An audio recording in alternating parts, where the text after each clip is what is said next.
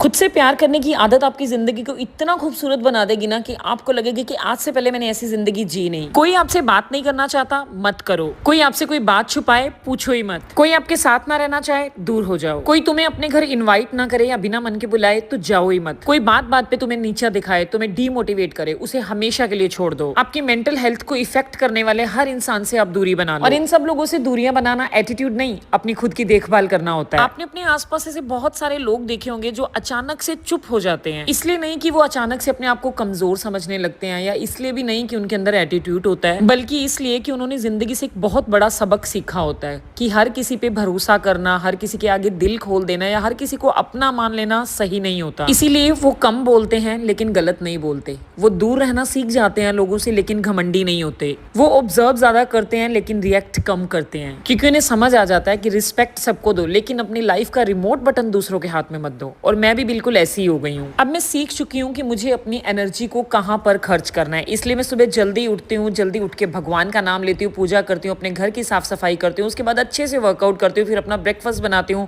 फिर बचा कुचा काम घर का खत्म करके मैं अपना लंच बनाती हूँ, और लंच करने के बाद अपने मल्टीविटामिन ओमेगा कैल्शियम लेके मैं चली जाती हूँ सोने के लिए, जैसे कि मैं आज भी कर रही हूँ। इसलिए जब कुछ लोग आपकी जिंदगी से चले जाएं तो पछताना मत, और हाँ, अगर कभी वो वापस आए तो उन्हें अपनाना भी मत। देखो, अपनी कमाई का ज्यादा नहीं तो थोड़ा सा हिस्सा अपने शौक पूरे करने पर खर्च कर लिया करो, क्योंकि जिंदगी तो यही चलती रहेगी ना।